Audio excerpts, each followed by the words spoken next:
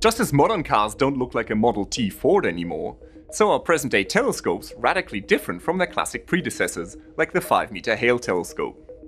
For one thing, their mounts are much smaller. The old-style mount is an equatorial one, where one of the axes is always mounted parallel to the Earth's rotation axis. In order to keep track of the sky's motion, the telescope simply has to rotate around this axis at the same speed with which the Earth rotates. Easy, but space-hungry. The modern-day altitude azimuth mounts are much more compact. With a mount like that, the telescope is pointed much like a cannon. One simply chooses the bearing, chooses the altitude, and off you go. The problem is to keep track of the sky's motion. The telescope pretty much has to rotate around both axes and at varying speeds. Essentially, this only became possible once telescopes were computer-controlled. A smaller mount is cheaper to build. Moreover, it fits into a smaller dome, which reduces the cost even further, and it improves the image quality. Take the twin Keck telescopes on Hawaii, for example. Although their 10-meter mirrors are twice as large as the one of the Hale telescope, they nevertheless fit into smaller domes than the one on Palomar Mountain. Telescope mirrors have evolved too. They used to be thick and heavy. Now they're thin and lightweight. Mirror shells that can be many meters wide are cast in giant rotating ovens, and they are still less than 20 centimeters thick. An intricate support structure prevents the thin mirror from cracking under its own weight. Computer-controlled pistons and actuators also help to keep the mirror in perfect shape. This system is called active optics. The idea is to compensate and to correct any deformations of the main mirror caused by gravity, the wind, or temperature changes. Now, a thin mirror also weighs much less.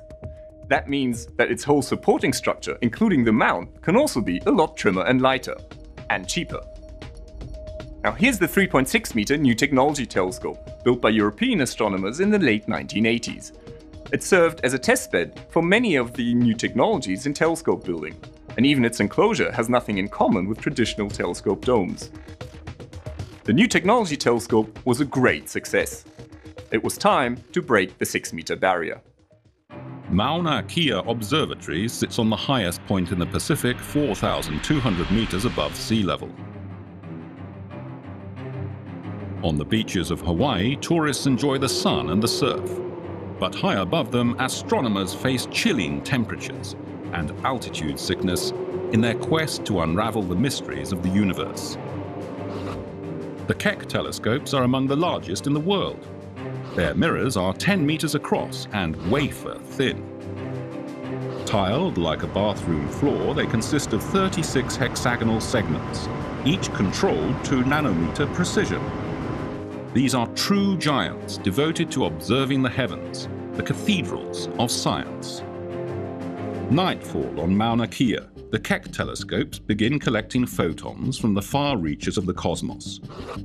Their twin mirrors combining to be effectively larger than all earlier telescopes. What will be tonight's catch?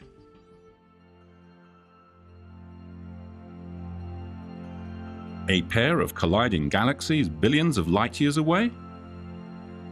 A dying star gasping its last breath into a planetary nebula? Or maybe an extrasolar planet that might harbor life?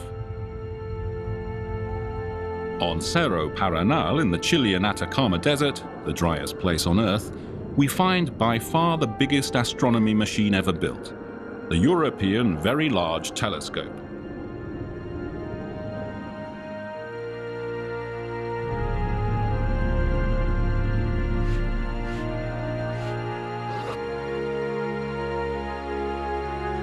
The VLT is really 4 telescopes in one, each sporting an 8.2 meter mirror. Antu, Cuyen, Melipal, Yepun. Native Mapuche names for the Sun, the Moon, the Southern Cross, and Venus. The huge mirrors were cast in Germany, polished in France, shipped to Chile, and then slowly transported across the desert. At sunset, the telescope enclosures open up. Starlight rains down on the VLT mirrors. new discoveries are made.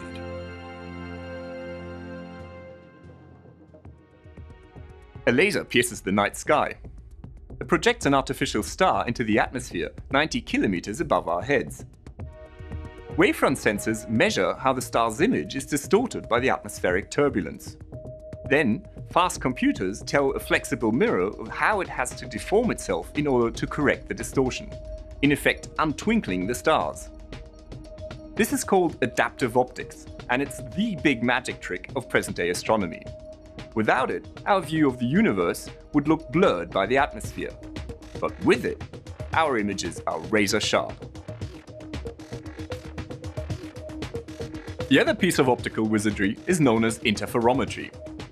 The idea is to take the light from two separate telescopes and to bring it together in a single point, while preserving the relative shifts between the light waves. If it is done precisely enough, the result is that the two telescopes act as if they were part of a single colossal mirror as large as the distance between them. In effect, interferometry gives your telescope eagle-like vision. It allows smaller telescopes to reveal a level of detail that would otherwise only be visible with a much larger telescope. The twin Keck telescopes on Mauna Kea regularly team up as an interferometer. In the case of the VLT, all four telescopes can work together. In addition, several smaller auxiliary telescopes can also join the ranks in order to sharpen up the view even more.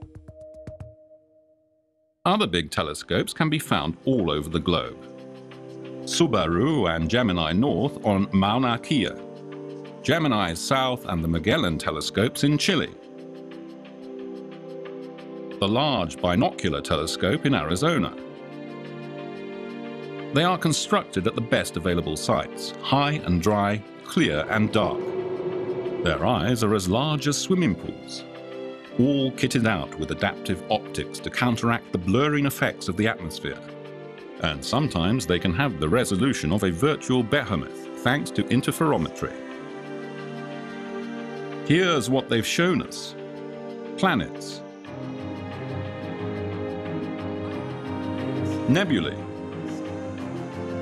the actual sizes and squash shapes of some stars, a cool planet orbiting a brown dwarf, and giant stars whirling around the core of our Milky Way galaxy, governed by the gravity of a supermassive black hole.